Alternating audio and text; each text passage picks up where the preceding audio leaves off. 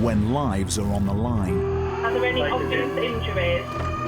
These men and women will risk theirs. The lad who was driving got blood coming out of his face. To save yours. RTC truck. They deal with the most serious injuries. The patient is described as bleeding heavily. Directly below his ear. There's a lot of blood there. The most critical illnesses. The reports of a male who's in cardiac arrest, and without any action, the patient will die. The two Yorkshire Air Ambulances cover Britain's biggest county. He's fallen 30 foot from the roof. Oh, yeah. He's got a big cut to his head. 5 million people rely on them. All right, sorry, sweetheart. To deliver cutting-edge emergency medicine. We're just going to go to sleep. He's not looking particularly good. At high speed. If you can activate your major hemorrhage protocol. Every day brings high anxiety. Sylvia? Yeah. How old are you? Oh, I don't know. Not sure. Yeah, she's quite confused, isn't she? I have to admit, I'm really worried about Sylvia. She's so confused. She can only say just yes or no. High risks. And where's most of his perm? In his chest. Right. His throttle's jammed on his bike. He's been going over a jump and it's thrown him off. He's landed very heavily on his shoulder. And high emotions. When we got here, they told us that she couldn't be moved. We're not sure if she's dislocated a hip or if she's fractured a femur. It's really good medicine, so we can straighten that leg for you.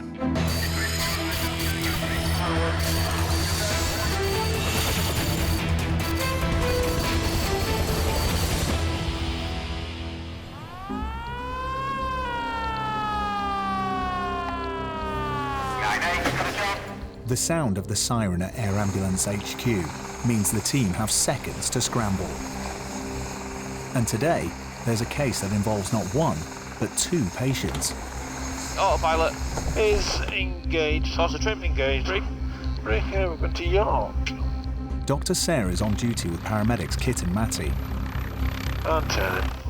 Right, mate, can I have eyes in? Yeah, eyes in, mate. We're heading over to York. It's not a great story at the moment, but as far as I understand, a couple of ladies in their 50s to 70s have been riding their horses, and something must have spooked them because they both come off. I think one of them's hit a tree, the patient, and sound like they're quite injured, so we're going to go over and see if we can do anything. I've got visual with 2 DCAs now, Gary. Visual? Yeah. Guys, so the DCAs are in the 1 o'clock. RRV in the woods, south of the DCAs. Got it, visual. I think that car's leading them down into it. Can't see no wires. No. Can't see anybody flying out of Elvington. No livestock or anything, is there? No, well, there's 2 horses run off somewhere. That one down there, isn't there? Air Desk 99 overhead, so you're looking to land. Roger. Pilot Gary will have his work cut out landing here. The fields are dry, and dust clouds kicked up by the rotor blades can be deadly.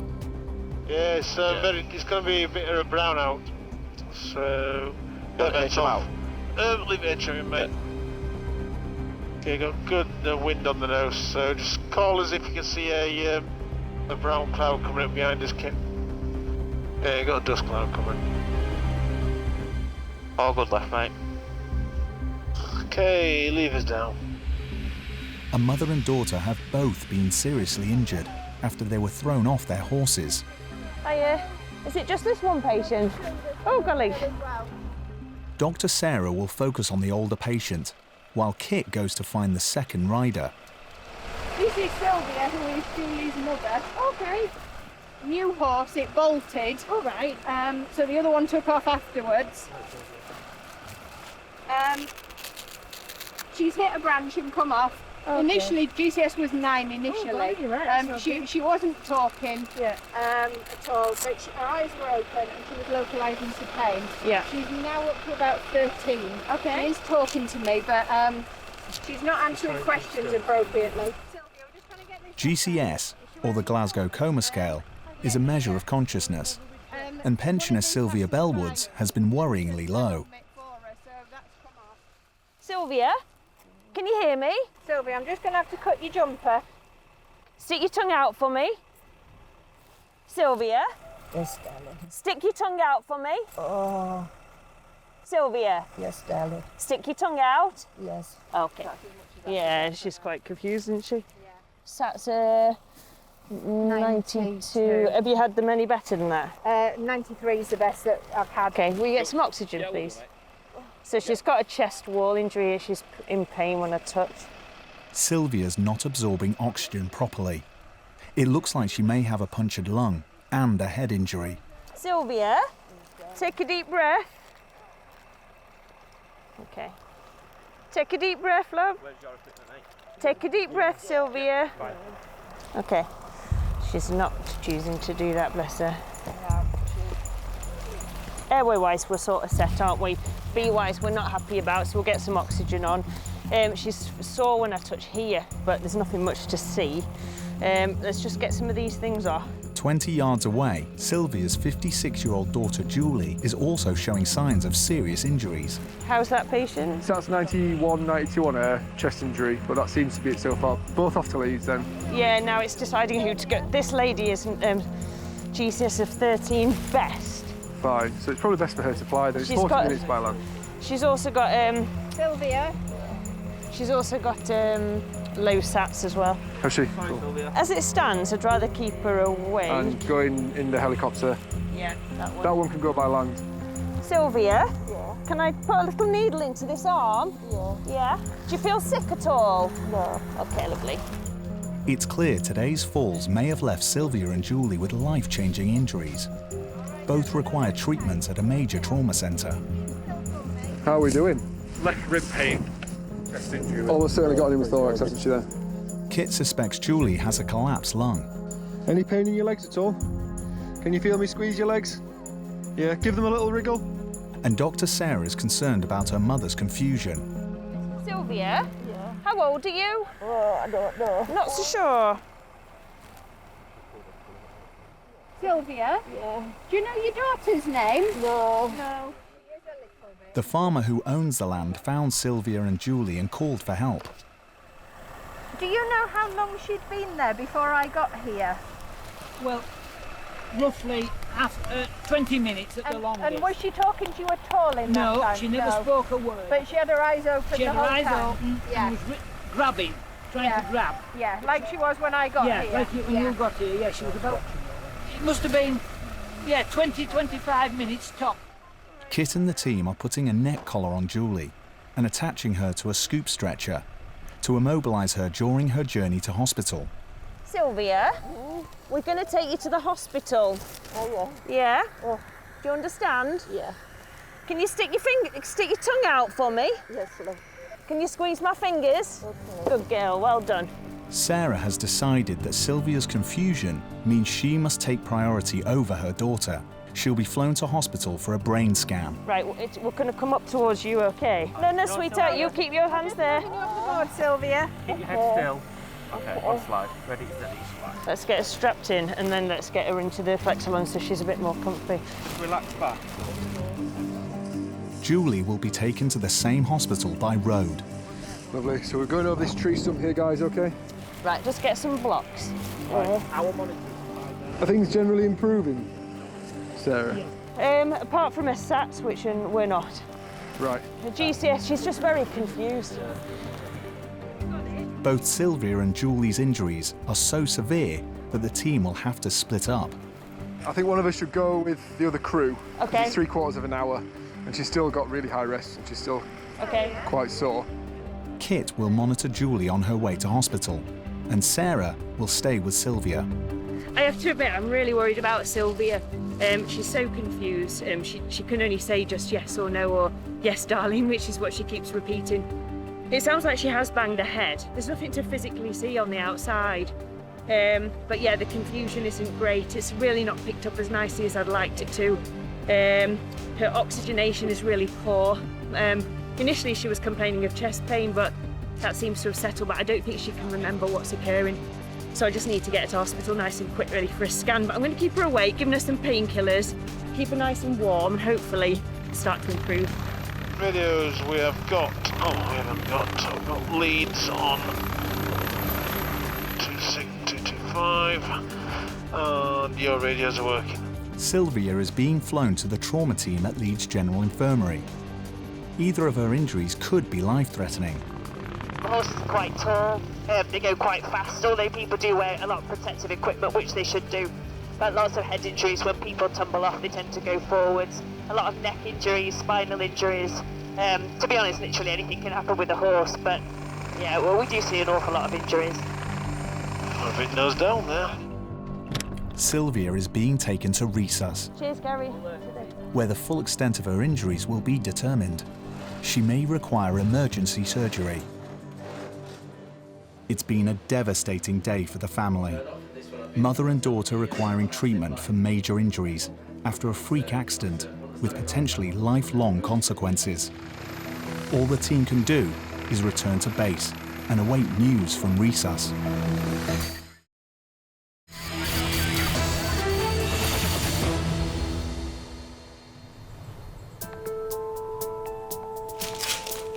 It's another morning at the Topcliffe Air Base, and paramedic Pete is in a bit of a tangle. I've been given the lovely job of sorting out the spider straps. They've just come out the dryer.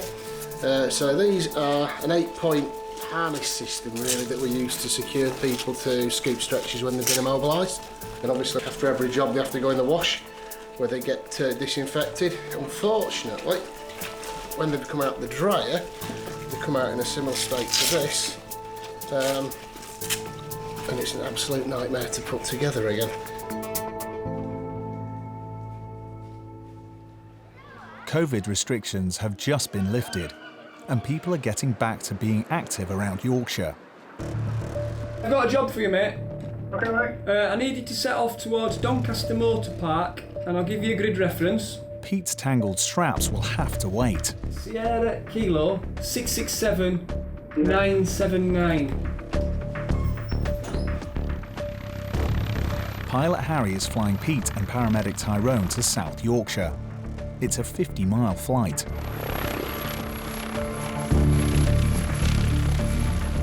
Flaming traffic, helimed 99 Alpha, just lifted from Topcliffe, routing southeast bound towards York. We've been called to a motocross park in Doncaster in South Yorkshire, so it's a long way from where we are at Topcliffe at the minute, to a chap who's come off his motocross. The dispatcher's spoken to the first aider and the patient's brother. There's confusion of whether an ambulance can actually get to the patient, but it said that his injuries is that he's probably banged his head and had a loss of consciousness for about 2 minutes, and he's got shoulder and arm pain. Apparently he looks quite pale and he's not in a good way. The DCA has just got on scene, so we're just awaiting a further update from the dispatcher, but we're making our way there to kind of get any more clinical information other than what we've already got.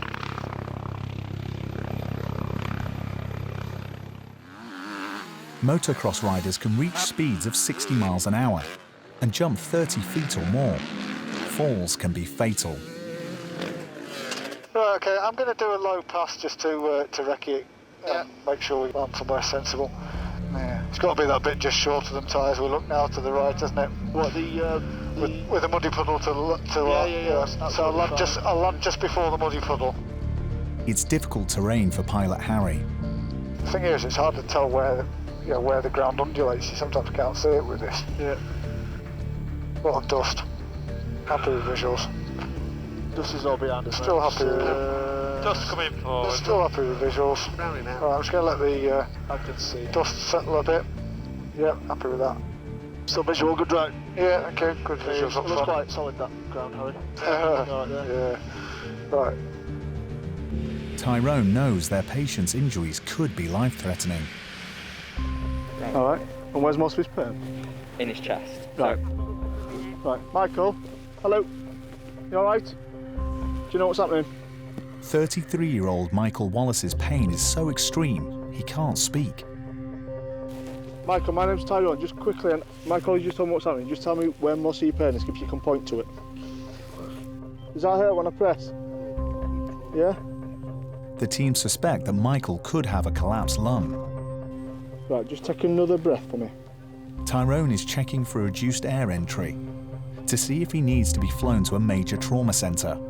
He says that's a 95. Oh no, yeah. Oh, no. He has got air entry both sides. And he is laid down, so that's a 95. It sounds like his throttle's jammed on his bike. He's been going over a jump and it's kind of thrown him off. He's come off the bike. He's landed basically out on his shoulder, on his arm, and the bike's actually landed on top of him. Fortunately, the bike kind of sort of glanced over the top, so he's not taking the full impact of that. But what he has done is landed very heavily on his shoulder. He's got previous injuries before. He's also a bodybuilder, so he's got quite a lot of weight behind him when he's gone down. So he's landed on sort of this side. So it sounds like he's possibly clavicle, shoulder. Sort of it's like lots of soft tissue and tendons and ligaments around there, or possibly even his shoulder blade, his scapula. With these injuries and a collapsed lung, Michael's life could be in danger. Right, let's get my tough scoop then. The team's priority is to get Michael off the ground. A first aider at the track ran to his rescue. The gent was complaining of sort of pain in his collarbone, sort of to the front as well, to his chest and to his back. So I've just sort of mobilised him as best I can, made him comfortable, and had to get the ambulance out here. And obviously, air ambulance has come as well, which is grand here. With Michael unable to talk, Tyrone's diagnosis relies on touch. Yeah, don't feel emphysemic. Right. He's torn his muscle before on that side. Right. Probably might have done it again. He's got a lot of pain on moving. Right. Big lad, aren't you? Yeah, he's a bodybuilder and all, pal. We're still lifting him, aren't we? Well, I thought we can get some colleagues down. So you're in charge of log rolling? Yeah. Michael, we're going to roll you to the left. Put a board underneath you. Back onto that side. One to this side. Lift you up onto a stretcher. Is that all right? Ready, steady, roll. Sorry, Michael. Sorry, mate. Let's get that. Okay, I'm down. Ready, steady, down. Ready, yeah? Yeah, whenever you're ready. Getting Michael off the ground won't be easy, and it could be risky. He weighs in at 18 stone. Sit more, Pete, if you can. Sorry, buddy. I'll try to do that without holding there, but I don't think it was going to work. He's got left clavicle, upper chest pain, and left shoulder blade pain. He's got previous muscle tear on that side. ABCs are all good. His sats on air were 95, laid down. He's got equal air entry and expansion. Plan is load onto the DCA and across to local TU with the crew. It looks like Michael has had a very lucky escape. He's going for x-rays at a local A&E. 1, 2, 3, Okay, buddy. It's been a dangerous day at the track. Just before as well, we'd had another rider who's got dislocated collarbone as well, so he's literally 5 minutes before, and he went to A&E with his partner, and then just as I was saying to him, I got a call. There's another guy down, and the patient here, Michael, he's he was down as well. So yeah, it's been chaotic today, definitely. It's a really popular sport. It's also a very dangerous sport, and unfortunately, in cases like this, you're not just relying on the ground and your own skill. Because if there's a problem with the bike, and the problem with the bike happens in mid-air, there's not a lot you can do about it. So it's yeah, certainly when it's motocross season, we do a lot of jobs on places like this quite frequently. Michael will be driven 8 miles to hospital, where he'll need scans. His bodybuilding career could be over. Tyrone and Pete know it probably won't be long before the helicopter is back at the track.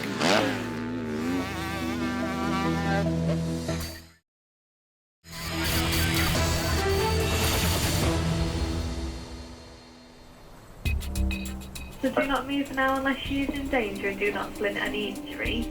On the air desk at Nostell, dispatcher Pete is listening in to a 999 call.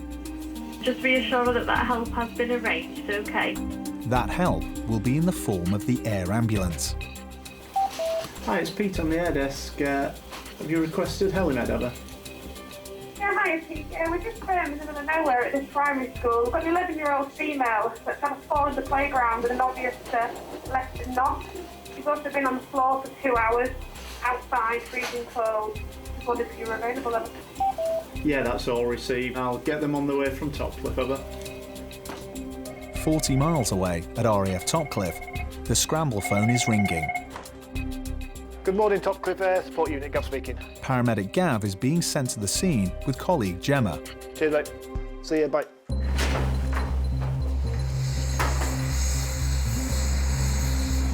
We'll all of a taxi out, make blind calls, and we'll disappear. We'll get to the motorway and go northbound.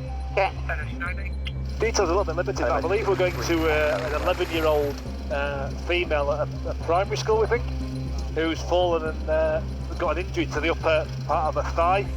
There's an ambulance crew on scene who are requesting some assistance, I think, because they're struggling with either gaining vascular access for pain relief or they just need something a bit stronger. So we'll see what happens when we get there. So we're just making our way there. We should be there in a couple of minutes. The local ambulance crew have been unable to move the patient since her fall due to her complex leg injury. It's in a little kind of village with a triangular area which will be quite good for ID. There are around 40,000 injuries to children in playgrounds each year, resulting in a hospital visit. Okay, so that's us now committed into wind. Younger patients can deteriorate faster than adults, so seconds count for Gav and Gemma. Okay, that's for the high ground to go around, that's us now LDP. Pilot Owen is aiming to land in a field close to the local school. Yeah, I've got the school. Actually, so I can land this side then. Yeah, just turn the fence. Just turn the fence, perfect. Yeah. Okay, just come to the hover in the field then. No signs of wires. No. I'm going to put the tail towards them. Yeah. Okay, and the left skid on the low side. Okay. I can see where the slope is here. Yeah. Land Rover's been driving over this, so tractor, so it looks fairly firm. Yeah. Okay, go. ADS99 lifted. Sorry, landed. Engines off.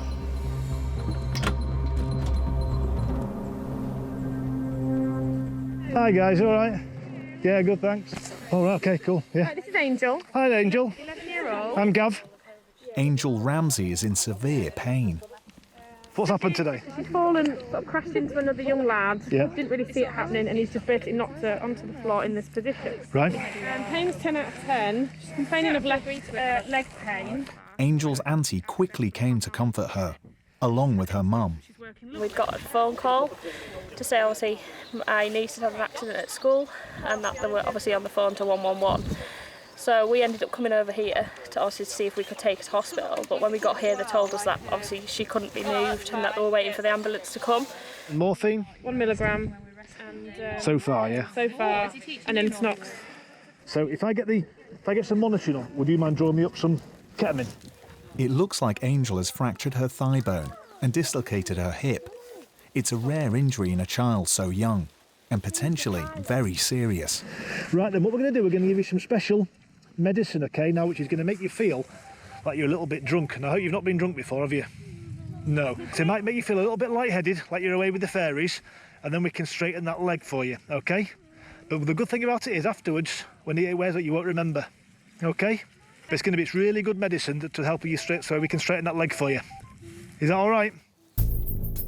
Right, so that's your ketamine, that's your flush. How are we doing? Can you? Okay. What numbers for your pain now, love? You don't know. Okay. Does it feel any better than it did before? You're really dizzy. That's good.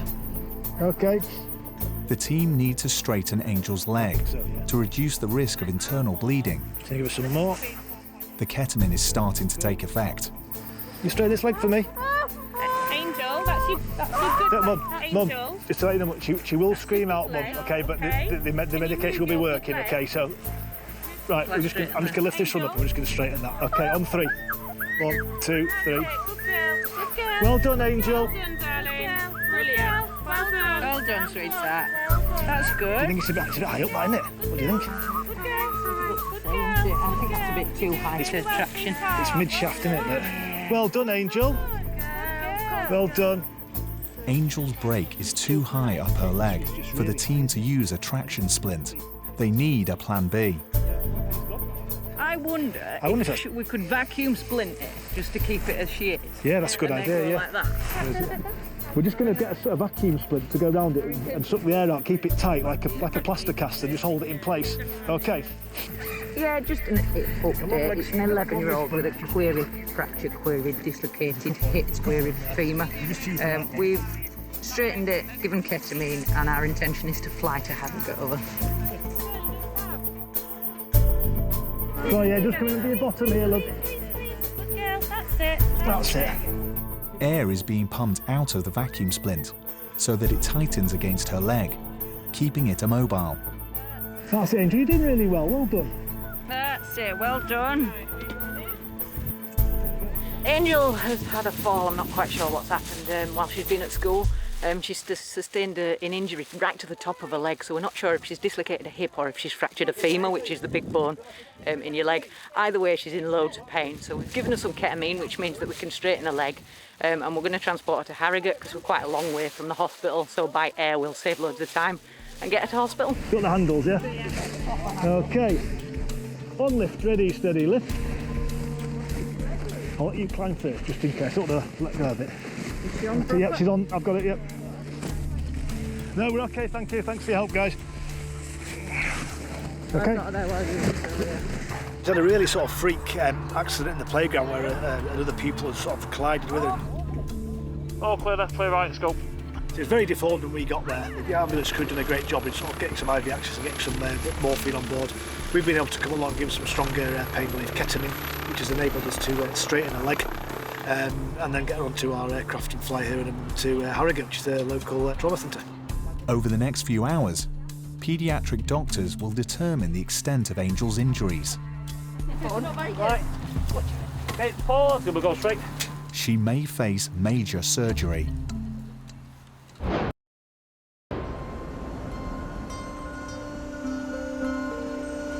Okay, so if we start with the front flap. Yep. It's the start of another day at the Nostell Air Base. For the next 12 hours, Dr. Andy must be prepared to face any kind of medical emergency. At the start of every shift we come in and we'll do all the kit checks, so we go through all the bags, all the drugs, check the aircraft, all that sort of thing, just to make sure everything's there, everything is as it should be. This means work begins before they are scrambled. Things have changed a little bit in the current climate with coronavirus and so on. We now have to not just think a little bit more about the types of jobs that we go into and kind of how that would change, but also the kit that we carry. So we have to carry a lot of personal protective equipment, and there are different levels of that. Depending upon the guidelines that come out, we have to change what we wear for certain types of jobs. Andy is soon on his way to a job with paramedics James and Paul. Right, okay, left. Where is it, this job? Donny somewhere. Are they unconscious or anything, or does it sound like level 2? She said short of breath. Okie doke. So it's on a main road. Yeah. There's no one on scene. I'm not sure yet. First crew was 25 minutes away. Pilot Lee is flying them the 17 miles to Doncaster. We've been tasked to a lady, I think, I'm not sure how old she is, but she's called 999 complaining of shortness of breath. Gemma, who's the dispatcher for us today, she's called the patient back, and when she's spoken to her, it's turned out the lady's pulse rate is running at about 32, which is obviously very slow, and it may be that's what's causing or contributing to her shortness of breath. So we're heading along just so that if that were to deteriorate or were to need any interventions, there's a few things that we might be able to do to help with that. So not a lot of information, but we're on our way and see what we find when we get there. 2 minutes out, pre-land through. Okay, doors on stretcher. Secure the front, secure the back. Secure in the back. Let's go from there. iPad. It should be an easy landing. So large open field opposite the house, effectively. Not anymore, thanks to local developers. Are you telling me what was a field is now an estate, a housing estate? Now there is that sandy patch. So not going to go for the sandy patch due to the dust implications. I might go for the one a little bit further on. I'm concerned about. Alright, any issues or we go round? Roger, we are good to the left. Roger, thanks. Okay, going down on that. Roger. Alright, so guys, there is an open gate in the right, 2 o'clock, about 70 metres away. Okay. Local paramedics have reached their patient, who was at home with her husband when she started to feel unwell. Hello. Hiya. What's the story? So this is Elaine. She's had for about a week with a short of breath. She's had chest pain for about 10 days. We've got a heart rate of 36 from our patient. Can I just feel your pulse? Is that all right? You got a lovely strong pulse, that's good. 68-year-old Elaine Reddy suffered a heart attack in August last year. She and her husband Jim are worried it might be happening again. I think I would just convey to hospital, Yeah, and yeah. I think access is a good idea, but I wouldn't necessarily jump in with it straight away.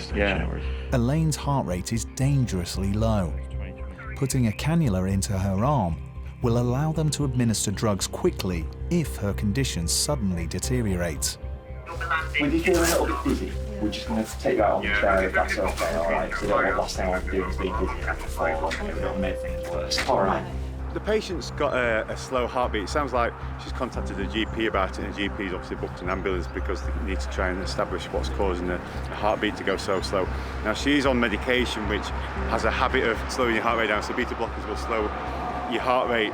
However, there are like conductive problems sometimes in the heart which can cause the heart rate to go so slow. So, for example, different heart blocks within the conductivity system can make your heart rate go at various speeds. So I don't know whether the guys have explained. Your heart's gone into what's called complete heart block, and what that means is the two bits of the heart, they're not talking to each other as they should do, and that's why it's now going a lot slower than would be usual, and that might be why you're feeling not so well. The electrical impulses that tell the heart when to beat are not passing between the top and bottom chambers of Elaine's heart. She's suffering from the most serious form of this. Probably the best course of treatment will be that she'll have a pacemaker fitted, which will then just be inserted just underneath the skin so that it can control electrically all the heart and to make sure that the speed of the heart is actually as it should be normally. Andy is so worried about Elaine, he and James will travel with their patient to hospital in the local ambulance. We're going to go by land, and en route obviously they'll be monitoring the heart rate, and if need be then they'll if the heart rate drops even more, if she becomes unresponsive, then they can start pacing her en route to hospital. Obviously we need to give her certain medication to try and keep her nice and calm if that happens, so obviously that's where they're going to go with her. It will be a scary few hours for Elaine and her husband as doctors determine the course of action for her heart problems. Paul and Lee will meet the rest of the team on a landing site near the hospital.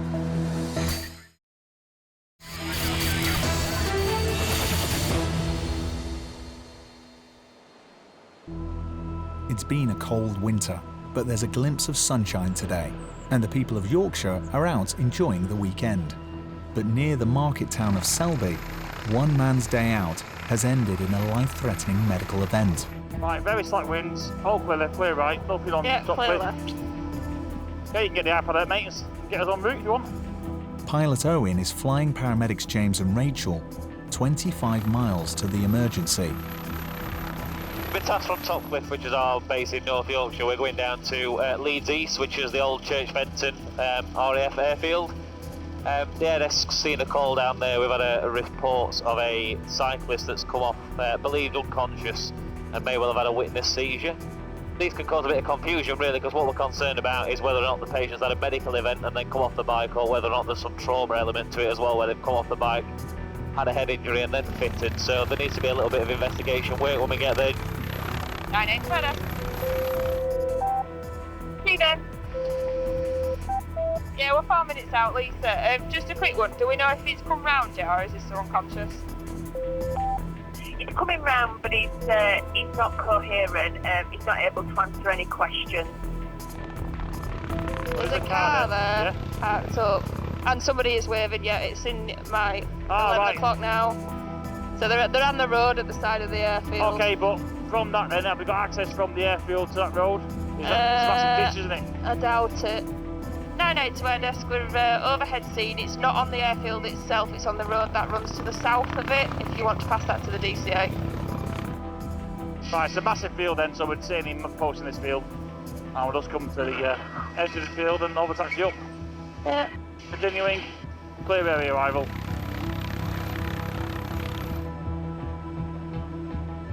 I'll put the trim button in so I don't need the auto trim. Happy? You clear out to the 12 o'clock. Thank you. Their patient is at the roadside with two witnesses who stop to help. Really sorry. That's all right. What's happened? I saw it. Yeah, he was cycling. There was a cry, went out, a sort of, I don't know how to describe it, horrible sounding cry. I turned round and this gentleman was going like that on his bike. Okay. And as he hit the ground, he started to shake and fit. So he got the bike out of his legs. Yeah. Lady on his back. There's the lady on his phoned the ambulance. It's probably been out about 15 minutes. So when you say out, how long's we actually shaking for? Talking to him and saying to him, like, can you hear us? Can you hear us? Nothing at all. His eyes started to flicker after about 10 minutes. Okay.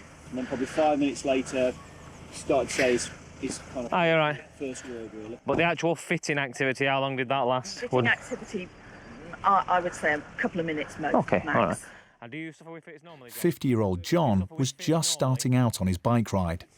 Do you suffer with fits normally? No, it's just happened once before, last year sometimes, that it won't happen to me. Okay. And did you go to hospital at the time? Yeah, they revoked my driving licence off me. Okay. For 6 months? Yeah, but that's like 2 years ago. Shall we pop you on the ambulance? Let's see if we can get you up right, just for a minute, nice and steady. You know what I mean? I'm all right. That's all right. We'll see in a minute when you get up, when we're trying to stand you up. John may appear fine, but seizures are deadly, and looks can be deceiving. Come and have a seat on here, John, just for a second. We'll make sure your bike's safe.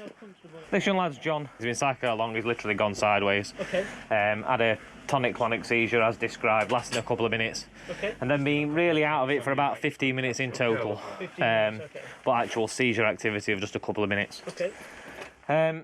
This has happened previously, once before, a couple of years ago. They revoked his licence for 6 months, but then cleared him and got it back. So he has had something similar to this before. Not diagnosed? Not diagnosed with anything, no. He said just literally had one seizure prior. Okay. And nothing up until today. Yeah, he has bit his tongue by the looks of it, so it does look like, from what they've described, it does look like he's had a full-on seizure. John has no recollection of how he ended up on the grass verge. So I'm just having a look at the gentleman's helmet. It looks intact actually. There's no damage to it other than general kind of wear and tear. So looks like he's had quite a soft landing into this overgrown side of the road. So that's probably done him a favour really. So yeah, there's not enough damage on there to suggest that he's potentially caused a head injury, and he did have it on at the time. Do you know what day it is today? And I know it sounds a little bit silly because you've told me that you're fully aware, you know where you are. But do you know what day it is today? I forgot. All right. Okay. Do you know what year we're in? Don't worry if not. Need a bit of action. I can't remember what year. Don't worry. Well, because you've had the seizure, aren't you? Everything's a little bit amiss. A lot of activity. Who's Prime Minister at a minute? Do you know? No. Don't worry.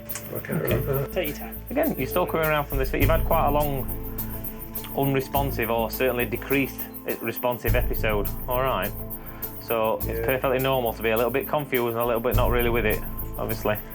That's bizarre, isn't it? That's bizarre. You're having trouble with that? Yeah. Keep that there. So you only had one seizure previously, you didn't have another one after that, did you? You just had one seizure when you... Yeah. Mm-hmm. Okay, all right. And again, I felt like, you know, like when I come round, I felt like I was with it. I didn't feel wobbly, like. Yeah. Like now I'm thinking, well, are you wobbly? Seizures interfere with input of information into the brain, and therefore with memory. It's no surprise John is confused. Okay. So your blood sugars are good. Okay, so it's unlikely that that's been a reason for why you've had, obviously, your episode today. All right. Yeah. So obviously we're going to have to pop you to the hospital. What now? Yeah.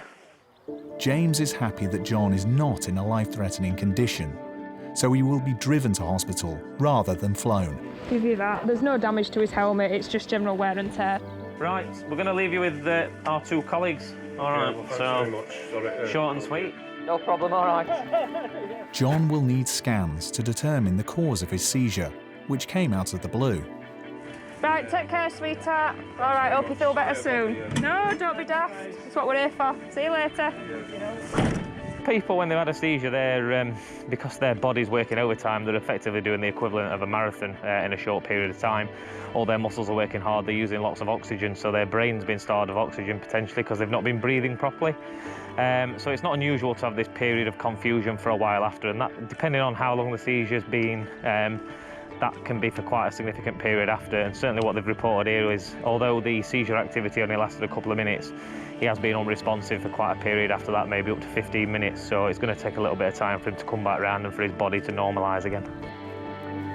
For James and Rachel, it's back to base to continue their busy shift.